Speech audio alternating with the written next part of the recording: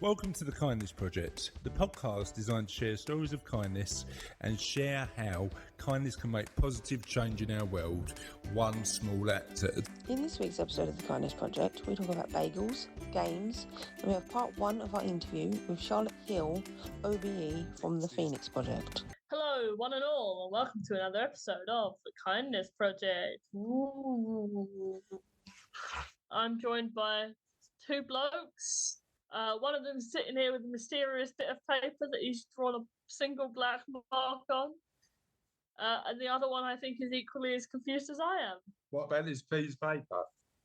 Yeah. This piece of paper is the answers to the game show that I promised you last week. Bagel or curry? Shall we kick off by playing it needs a jingle though, Charlotte. Bagel or curry jingle? See, I think in sort of like 80s TV show fashion, it doesn't need a jingle so much as it needs an entire audience to say, Bagel or curry. Raz can be the audience. I mean, he's a participant as well. So, hi, guys, and today here's another exciting round of Bagels or curry? You've got to do it in unison. Try again. Ladies and gentlemen, here's another exciting round of Bagels or curry? You've got to do it together. Ladies and gentlemen, here is another exciting round of Bagels or curry? No! Ah. Ladies and gentlemen, here's another exciting round of Bagel. No, he's not doing it. He's not doing it. You've got to do it in unison. Right, do it slowly so you can. Well, I'll tell you what, I'll lead it. Ladies and gentlemen, here's another exciting round. Ladies and gentlemen, here is another exciting round of bagels. Or curry? No, you did it too quick. No, it's supposed to be bagels or curry. Ladies and gentlemen, here's another exciting round of bagels or curry. Rushford didn't even bother doing it that time. Ladies and gentlemen, here is another exciting round of bagels or Curry. All right, about that. So I've got a name of. I've got some restaurants. Names of restaurants in either New York or London town. Yeah. They could either be bagel places or curry places, and we're gonna alternate the questions. Charlotte's gonna go first. She gets the choice. If she gets it right, she gets a point. If she gets it wrong, Raj, you get a point. Right? Feel free to distract each other, put each other off, do what you need to. I could just close the tab and disappear us, and that would be. Yeah, but then even if you got it wrong, you'd still get the points. Right, okay. First one to Charlotte. Good things. Is it? Bagel or curry? Delayed reaction, Russ. Good things. Is it bagel or curry? Bagel. Good things. Is a bagel place. So that's Charlotte's 1 point. Are we ready? We're ready. I'm ready. Black seeds. Is that bagel or curry? Is that my turn now? Yeah. It's curry. Unfortunately, Russ, black seed is bagel. So that's two. That's two for Charlotte, none for us. Speaking of Russ, the next restaurant is called Russ and Daughters. Is it bagel or curry? Russ and Dalton. Curry. Curry. It's a good game, isn't it? It's actually bagel. Why are you keeping Actually, bagel. I might only have bagel. You never know. Oh, no, dear. BB, BIBI, Russ. This is your opportunity to equalise. Is it? Bagel or curry? Why are you looking despairingly at the camera? I reckon it's curry. Sorry, you reckon BB is curry? Yeah, Are you sure? I'm pretty sure. It's curry. Well done. Charlotte. Brilliant. Is that Russ? Bagels or curry? Brilliant. Curry. It is curry, Russ. It's 3-1. Sliddell's. Is it, Charlotte? Me? No, It's is it? Russ's No, no, turn. no. It's Oh. Russ's turn. You've got to do the thing for Russ. You're Russ's audience. Is it? Bagels or curry? Sliddell's. It's Bagels. Hold on. Do you want it to spell? No, bagels. It's bagels. It's 3. Zadars. Is it bagel or curry? How's that spelled? Zabars. Zabar.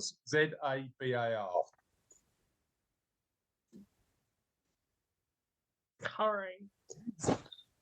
No. Oh, Yeah. good. You got to accept the first answer. Yeah. Sorry. Curry. It's actually bagel. Rush, you're in the lead. I was Hey! that spelling it a H on the end, and I can't tell you why. 4-3. Gunpowder. Is it, Russell, bagel or curry? I reckon it's curry. You're right. That is 5-3. Hoppers, Charlotte. Is Hoppers bagel or curry? Curry. 4-5.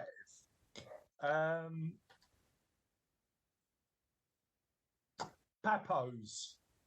PAPOs. Is that bagel or curry, Rush? Bagel. It's bagel. Oh. Dish room. Is that bagel or curry? As in dish room. Dish room. Curry. That's curry. Bagels aren't really a dish, they're a singular food item. It's 6-5.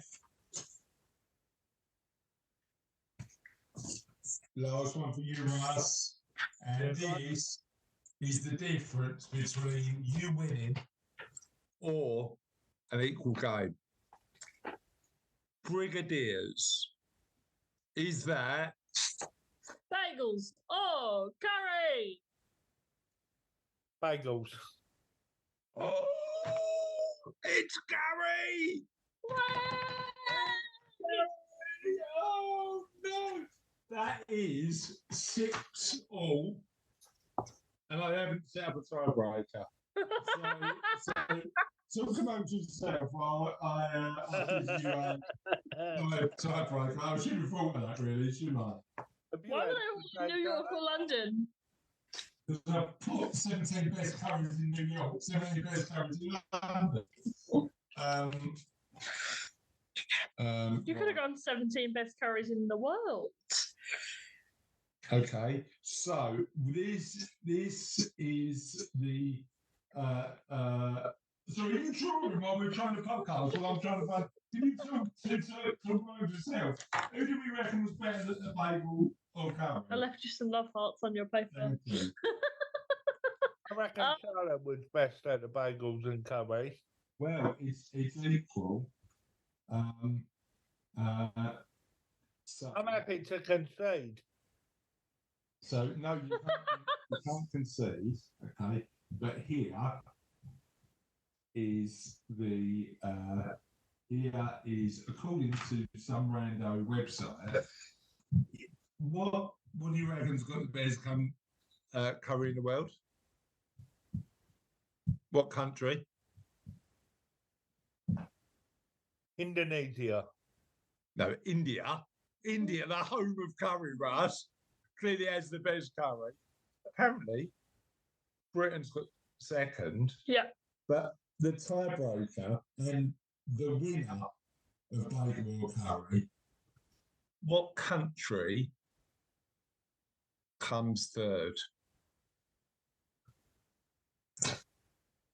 In this random internet survey of the world's best curry. Thailand. Thailand. What are you going for, Russ? Pakistan. Oh, not a bad choice, actually. Not a bad choice. According to this random internet search, the answer is Thailand. I've never had a bad Thai green curry. Well, Thai curry is amazing. So the winner, the inaugural winner of bagel versus curry is Well done, Charlotte Hill. Charlotte. Well done, Charlotte. Well done. Right, now, Russ has got to run the next quiz. What's the rules of the next quiz, Russ? I don't know the way. I'll have to do some planning. Oh, you're going to do some planning. Yeah, I'll work something out. So for the next episode, I'll give them a bit more time than the next episode. You know what we? an episode to do it. You know what we should do? Like random game shows, like Pointless and. Well, bagel versus curry is a bit Yeah. pointless, isn't it? But yeah, I'll let you.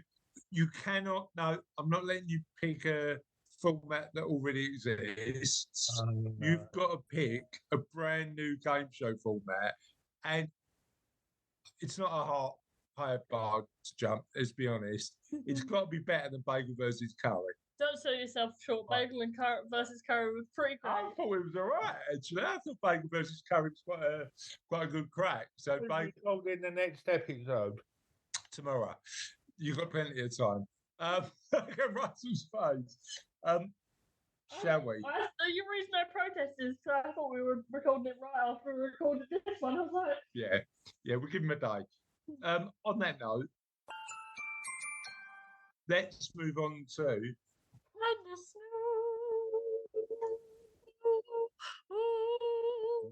carry on with the news until you press accept all and it's popped up.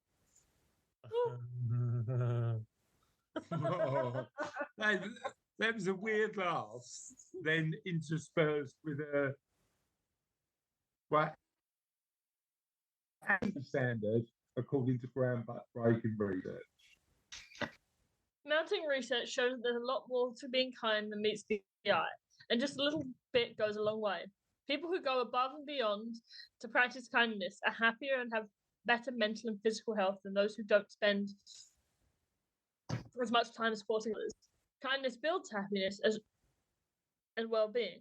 Job seekers are more likely to apply for a job posting that lists kindness as an important value of the company. And loving kindness meditations improve memory recall in people recovering from depression. The link is between kindness and employee happiness. In a recent collaboration, kindness.org commissioned Beacon 1802 to survey 1,305 employees. Yeah, we know the guys at kindness.org, don't we? Other guys at kindness.org. 1,365 employees from 6 well-established companies, including Ulta Beauty, Pura Vida, Michigan University College of Arts and Letters. University College of Arts and Letters and Tracker. Is that how you say that? Yeah. Findings show a direct link between kindness and overall employee happiness and job satisfaction. 4 key findings emerged. Being kind to your happiness in the workplace, that's quite good, isn't it, Russ? What do you reckon? Yeah. He doesn't sound convinced. Kindness at work is a bigger predictor of happiness than income.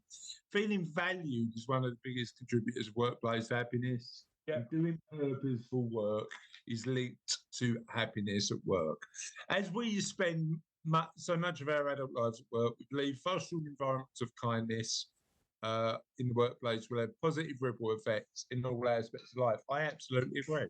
Brett Ridge, co-founder of Beat 1802, told me, creating the first of its kind scientific tool for companies to measure kindness is a crucial first step, and this groundbreaking research demonstrates its importance. I firmly believe that kindness in work is vital, and actually, in an environment where you're looking at, like, as employees, you're looking at differentiators between different workplaces. A good culture in an office is gonna win over and above anything else. So yeah, love that story, and love the fact that kindness.org. I can't even remember. We interviewed them ages ago, didn't we? We interviewed them on the first year we was going, and then we had them back. Yeah. Melissa and the guy. Well, not only did we interview them, I actually finished the Kindness Project book with a quote that they gave me, so memorable, which was all about what would our lives look like if we were a little bit 10% kinder. And I think, as a philosophy, when we think about kindness as a concept, we haven't got to change our lives to incorporate more kindness in lives. All we need to do is just work out ways that we can be a little better every now and again. I absolutely love that. We've got an amazing guest this week, a lady called Charlotte Hill. She's the MD of the Felix Project, and they basically provide millions of meals a year to people who need it all over London. I'll let Charlotte do all the talking on this one because she's just absolutely amazing. Let's hear Charlotte's first part of Charlotte's interview. Charlotte, thank you. And this is going to get really confusing because we've got two Charlottes on the call. How are we going to, Charlotte Dames, how are we going to differentiate on this call? How should we do it? I don't know. It's really weird that this is one of the few and rare interviews that I managed to get on. Now it's another Charlotte. Yeah, you can call me Charlotte Felix. Call me Charlotte Felix. Charlotte Felix, perfect. That's really good. Thank you, Charlotte Hill, for joining us on the call. Really excited about exploring the work of the Felix Project. But before we do that, help me understand a little bit about you. Thank you very much for having me on. It's absolutely lovely to be here. So I am outside of the Felix Project, which we'll come on to talk about. I'm a mum of 2 young children. So my kids are 3 and 5. I am married to a primary school teacher who works in an inner city London school, who is one of the most amazing human beings, inspiring kids to learn. I'm an avid volunteer. So I volunteer at my local youth club in Peckham. I'm a South London girl and love volunteering there. I'm also a mad sports fan. So I also sit on the board of EFL Trust, so all the clubs below the Premier League, all the good the football clubs do in their community. So that's a bit of what I do outside of work. Yeah, and I think it's really interesting. One of my favourite interviews we've ever done on the podcast was a guy called Dougie Samuels, who runs a football club called Spartans up near Edinburgh, and like you think about and the reason a friend of mine said, look, you need to speak to Dougie because he, during the pandemic, turned the football club into a food bank, and actually got an award from the Queen for doing amazing work and stuff like that. But I think sometimes you underestimate the work that clubs do in the community, right?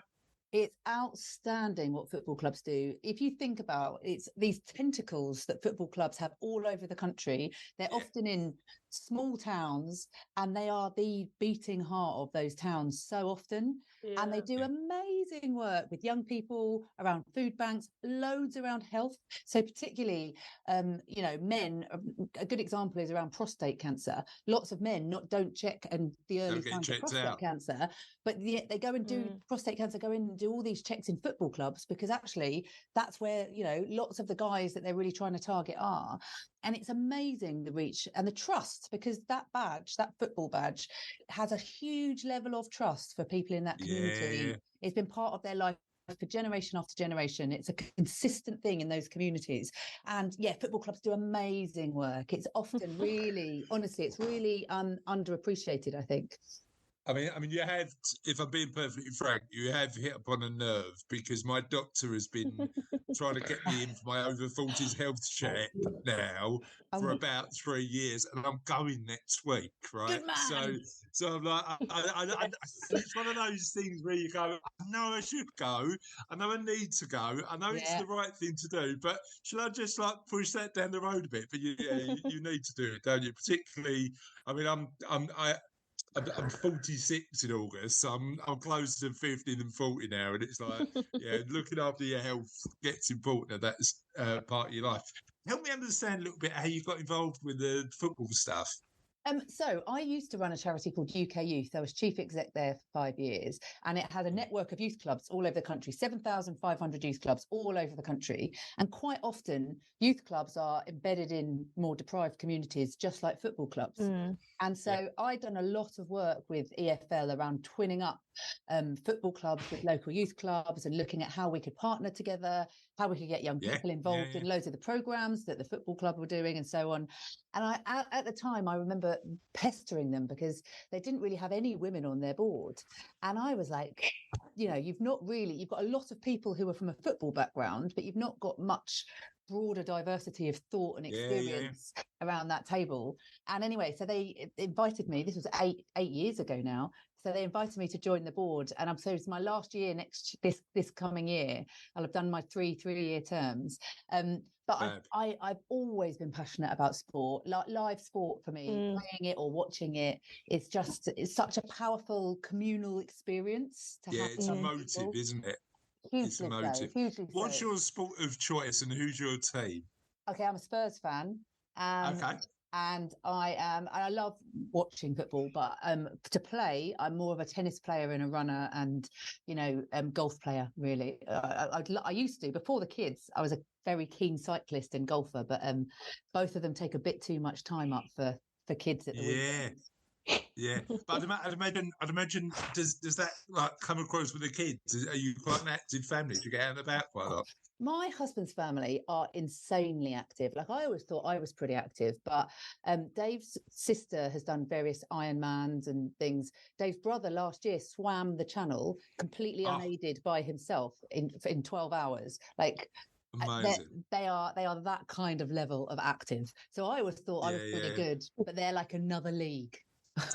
I'm with you. I'm a bit of I like to stay active, but I'm a journeyman active. You know what I mean? I'm just sort of, I do it for me. You know, I do it for me as opposed to anybody else. But yeah, I did a marathon for our local hospice back in 2022. That's a proper effort. That's not a journey. Yeah. I mean, it felt like it as well, to be honest, by the end. I mean, I did, actually, I'd say 2022. It was 2020 and 2021 I did it. And and I've told this on the podcast quite a lot. My favourite marathon story is going out for my training run in 2020 on the day the marathon got cancelled because of the pandemic. So I was out running and I had Do Not Disturb on my phone. I got back and I had a WhatsApp from my mate saying, "You do realise it's just been cancelled." I was like, "You could have told me about 4.5 hours ago." That was,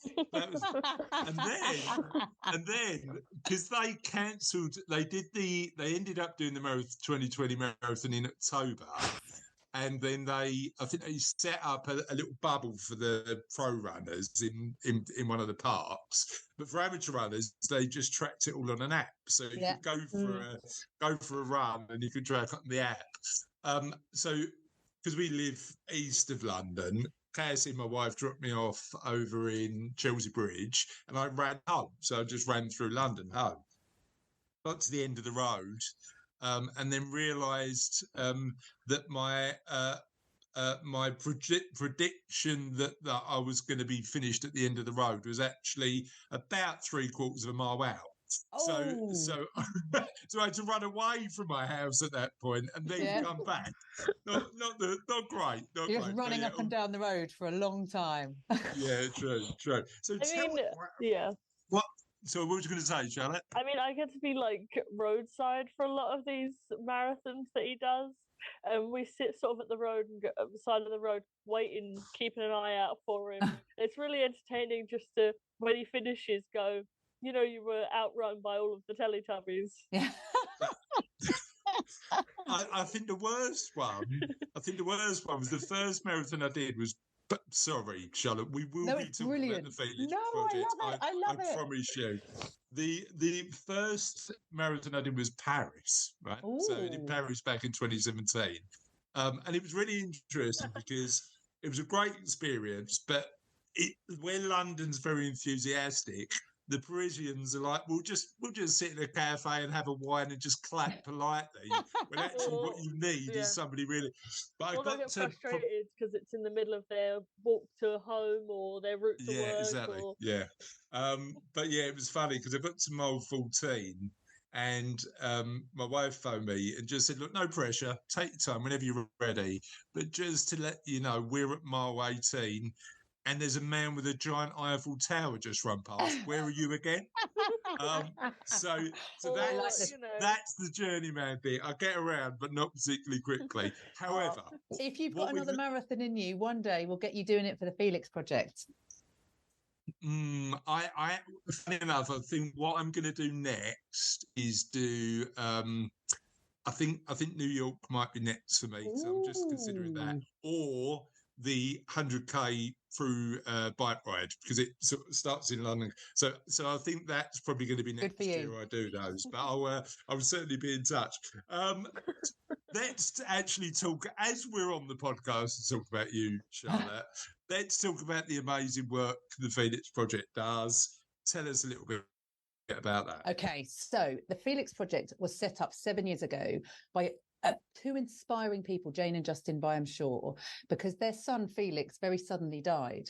So he went off on a school trip, fit and healthy, and very sadly died. And they said that they wanted to do something in his honour that would be the impact Felix would have wanted had he lived. And he was passionate about both food waste and food insecurity. He was a keen footballer, talking about football earlier.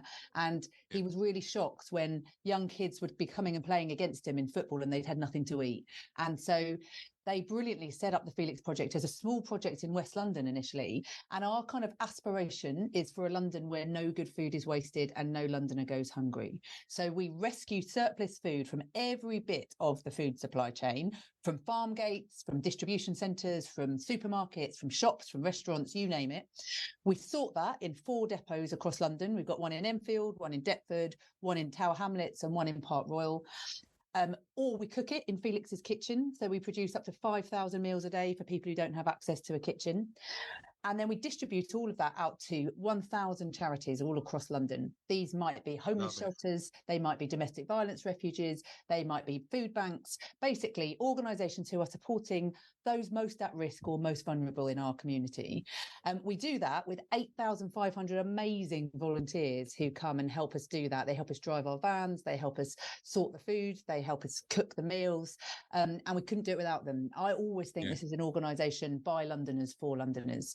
The thing that is heartbreaking in all of this, so we did 30 million meals last year, just to give you a sense of the scale, a huge task.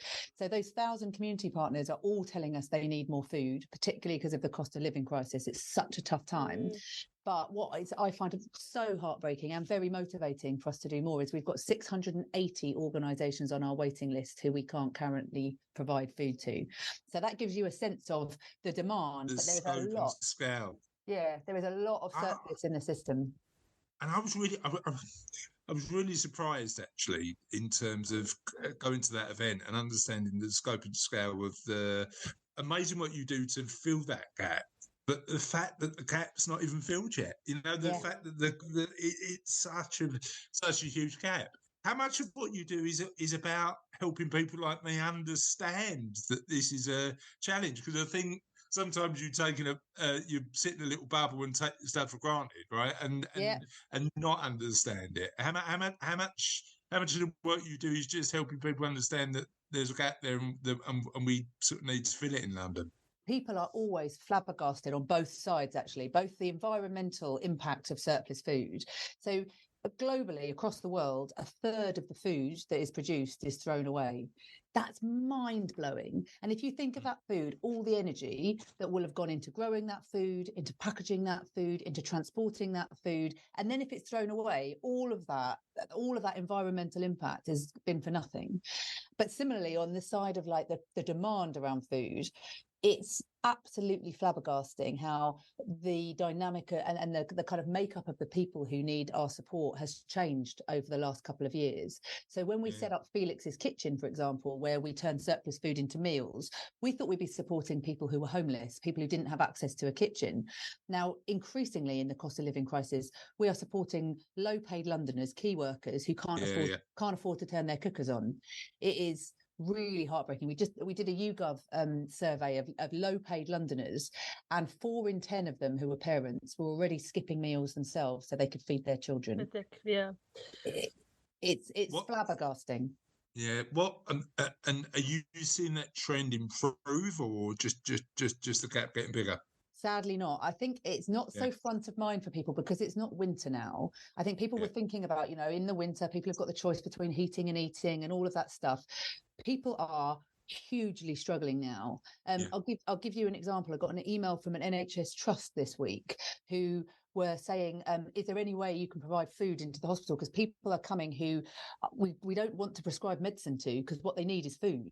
What they need is they're ill because they're not eating enough, or they're having mental health challenges because they're so stressed about not having enough money to put food on the table. So we want to prescribe them food. And you think, this is London, the greatest capital city in the world in 2023. And we've got people in work who because of also plenty of excess wealth, right? Like so there are people who are in a position where they've got enough money to help and support, but it's the gap is mind-blowing, isn't it? It's just one of those things.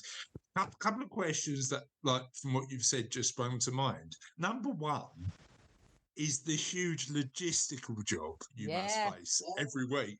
Tell me a bit about that.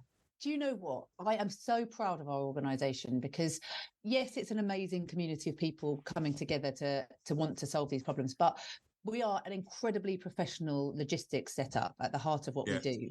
So those depots, we are inspected to the same food safety standards, food hygiene standards, health and safety standards as any other warehouse that's moving food around. So we are run incredibly professionally.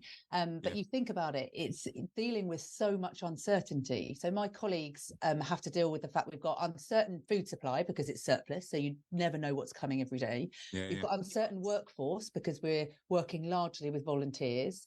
And you're supporting 1,000+ community organisations who are living in massive levels of uncertainty, dealing with lots of clients who have very chaotic and unstructured lives quite often. So it's incredibly it's incredibly challenging, but honestly, I work with some of the best people in the world. I absolutely love it. They are people who could go and earn a lot more money elsewhere, but they come and work for our organisation and are really passionate about what we do. But you know what? It's really interesting that I speak because of the day job. I'm a financial planner and I help people achieve financial independence. Often they get to the point where they've achieved financial independence and they're thinking, right, what's next? And the conversations we have aren't about money anymore. They're about purpose. And I'd imagine that a lot of the conversations you get to have with the people you work with is the amazing work you're contributing to, right? Exactly that. I always say to people, if you are in the privileged position that I am, which is, first of all, I have a job with such purpose. Like, I really genuinely feel so motivated in what I do because I've got purpose. And the other thing I have is agency. Like, I've got a purpose, and I'm really empowered. You're in control. Exactly. You can make choices. I can make things happen. And both those things are hugely motivating. And you're right. Lots of people who come and volunteer at Felix are like chief execs or really senior people. You know, in East London, we're a 15-minute walk from Canary Wharf, our depot and kitchen. And the thing I love there is out of Felix's kitchen, everybody who comes and volunteers, we sit down together and we have lunch. We really believe in the power of food to bring the community together. And when I sit there in East London having that lunch that's been cooked in the kitchen, I might have a volunteer sitting to my right who's a multimillionaire from Morgan Stanley who's come over from Canary Wharf, and I might have a volunteer to my left who volunteers because they're on universal credit and they're one of our beneficiaries, and it is like the melting pot of London, bringing those people together. They on that day volunteer alongside each other at the Felix Project. You know, you wouldn't know who the millionaire is. And I suppose the interesting thing is just engaging that dialogue to deepen understanding, isn't it? That's a factor that I think we need to consider. And back to your point, Chris, earlier, so many of the colleagues who are very privileged to have a really, great life, they cannot believe how much people are struggling to make ends.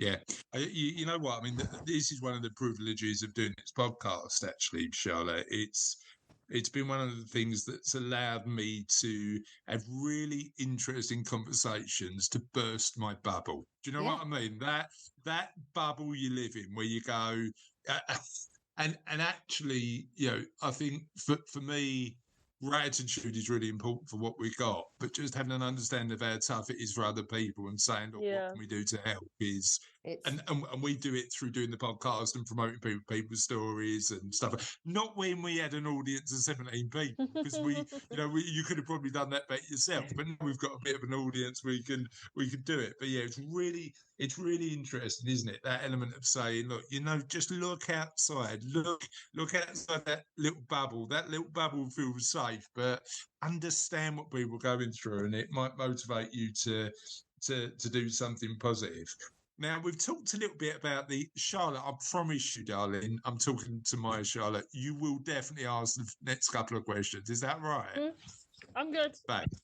All right, cool. We've talked a little bit about the logistical challenges. Tell me about the other challenges you face as an organisation. Yeah. So I always think of the Felix Project as a bit like a three-legged stool, and we've got to get the three legs to all grow at the same pace. Otherwise it tips over. And our three legs are basically income, food and volunteers. And if we don't get those three things right, then the stool tips over. So we've always got to make sure we've got enough volunteers. We've always got to make sure we are working with all of the different food supply partners so that we get enough surplus, because we make a commitment to these charities that we are going to get them their food every week.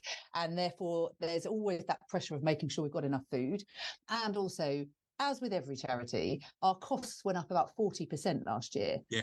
We have got in our depots, we've got ginormous walk-in chillers and freezers, which have to be on 24/7. The energy costs, Energy costs. We've got a fleet of 47 vehicles that drive our food all over the place. Those fuel costs have gone up. So we've obviously got to get the income. The other thing that's always a challenge for us is because of the logistical nature of what we do. If you think those 47 vans, for example, have all got to have their routes planned of where they're going to pick up food, where they're going to drop off food, how they're going to get to the different community organisations, how many routes a day, all of that stuff. So is technology, how we best basically utilise technology to support a lot of those logistical challenges. So all of those things basically have to come together. And then the other challenge for me always as a chief exec is how do I make the Felix Project the very best place to come and work or volunteer that it possibly can be? I want it to be a place filled with joy. I want it to be really like people, of course, come because they want to see the impact that we're having. It is a very powerful thing to know that someone's going to eat that night because of what you've done that day, and that food is not going to get thrown away because you're there helping it happen. But I always want us to improve around like how do we make people happy? How do we make your people culture happy? in the place that people want to be? Yeah, Exactly. absolutely right. What have you done in that? So I don't know where to start now, because there's about, you said there was 3 stalls and I've got about 12 questions. Let's start with culture. So how do you make sure, the other thing that I get the privilege to do on this podcast is learn. So thank you for teaching me about this. Talk to me about culture and how you make it the best place to be. I always think the first thing is you've got to have a really clear vision of what you're trying to do as an organization, and a really clear kind of strategy of how what you are doing is helping to get there.